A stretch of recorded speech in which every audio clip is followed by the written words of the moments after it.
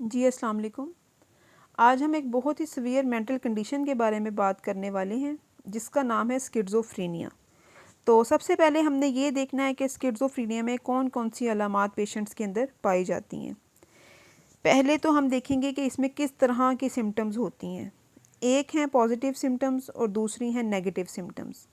Positive symptoms में जो है डिल्यूजन्स हैं, ठीक है, फिर है हेलुसिनेशंस, फिर है डिसऑर्गेनाइज्ड स्पीच।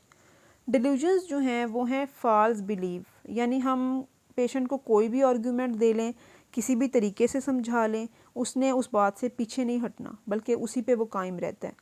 जो ज़्यादातर रिपोर्ट होने वाले डिल्यूजन्स हैं वो हैं डिल्यूजन ऑफ परसिक्यूशंस, यानी इसमें पेशेंट्स जो हैं वो ज़्यादातर शक की बुनियाद पे बातें करते हैं कि जी कोई पड़ोसी है वो मेरे बारे में चाल चल रहा है, पुलिस वाले जी मेरे पीछे पड़ गए हैं, कोई एजेंसियां हैं वो मेरे पीछे पड़ गई हैं, वो मुझे मारना चाहती हैं, इस तरह की वो बातें करेगा। फिर आता है डिल्यूजन्स ऑफ रेफरेंस।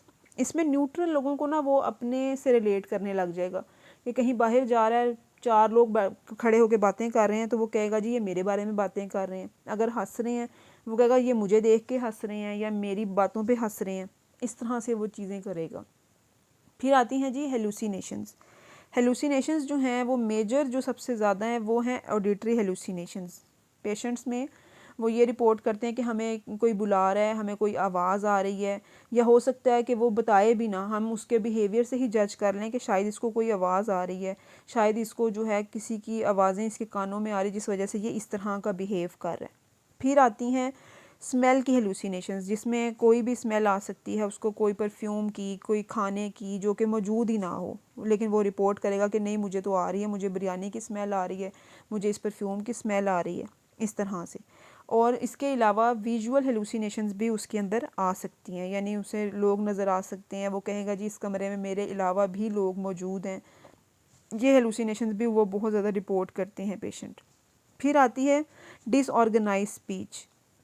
इसमें उस बंदे की बातों का कोई पता नहीं चलेगा, कभी वो कहीं से कोई बात स्टार्ट कर देगा, कभी कहीं से स्टार्ट कर देगा, कोई एबीसी उसकी बातों की नहीं होगी, ठीक है, रेसिंग उसकी बातें होंगी कि कभी कोई टॉपिक शुरू करेगा, कभी कोई टॉपिक शुरू करेगा। हो सकता है कि वो कन्वर्सेशनल भी ना हो, यानी हो सकता है लफज लफज बोले, हो सकता है कि वो एक एक लफज बोल बोल के बस अपनी बात जो है वो ख़त्म कर ले, उसको नहीं पता होगा कि मैंने बात अभी शुरू की है या ख़त्म की है, बल्कि बस जो उसके जहन में बात आएगी वो बोल देगा, ठीक है।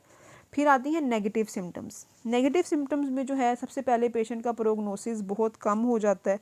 अगर तो वो नेगेटिव सिम्टम्स पे चला गया है तो वो उसमें उसके रिकवरी के चांसेस बहुत कम होते हैं, ठीक है।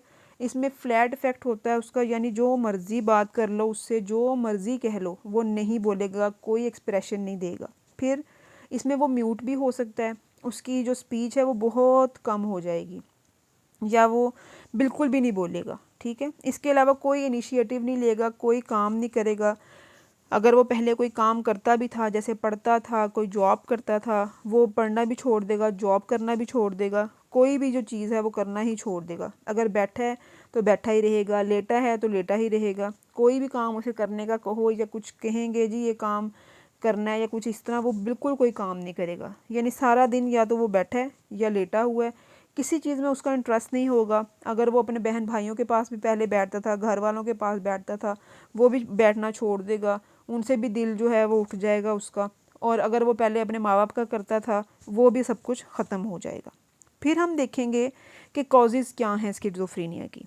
पहली चीज़ तो ये कि जीन्स में अगर स्किज़ोफ्रेनिया किसी के है, माँ बाप के अंदर या दादा परदादा के अंदर, तो ये जीन्स आगे भी हो सकती हैं कि वो आगे भी चली जाएँ, आगे भी लोगों में हो जाए। फिर अगर कोई इन्वायरमेंटल स्ट्रेसर आ गया, कोई डेथ हो गई, कोई नुकसान हो गया, कोई फेल हो गया पेपर्स में, तब भी आपको स्ट्रेस की वजह से ये चीज़ आ सकती है आपके अंदर। फिर कुछ न्यूरोट्रांसमीटर्स हैं, मिसाल के तौर पर डोपामीन और सेरोटोनिन, अगर इनकी मिकदार ज़्यादा हो जाए ब्रेन में तब भी आपके अंदर स्किज़ोफ्रेनिया जो है वो डेवलप हो सकता है। इसीलिए स्किज़ोफ्रेनिया के पेशेंट्स को इसके रिलेटेड फिर जो है ट्रीटमेंट्स जो हैं वो देने पड़ते हैं, ठीक है। इसके अलावा जो स्किज़ोफ्रेनिया है इसकी कोई ज़रूरी नहीं है कि कोई वजह ही हो, ये किसी भी तरीके से किसी को भी डिप्रेशन में भी ये आगे हो सकता है। फिर आते हैं जी ट्रीटमेंट क्या है स्किज़ोफ्रेनिया के। इसके जो ट्रीटमेंट्स हैं वो मेडिकेशंस ही हैं, ठीक है। इसमें कोई काउंसलिंग का रोल नहीं है क्योंकि काउंसलिंग ऐसे पेशेंट्स की होती ही नहीं है। इनको एंटीसाइकोटिक्स दी जाती हैं जो डोपामीन और सेरोटोनिन पे काम करती हैं, ठीक है। और मसला इसमें ये होता है कि जो आपका ड्यूरिंग कोर्स होता है, यानी कि ड्यूरेशन होती है कोर्स की, वो थोड़ी सी लंबी होती है। वो ज़्यादा देर के लिए आपको मेडिकेशंस जो हैं वो यूज़ करनी पड़ती हैं। ये नहीं कि 15 दिन खाई, 20 दिन खाई तो ख़त्म हो गए, सालों तक ये मेडिसिन चल सकती हैं।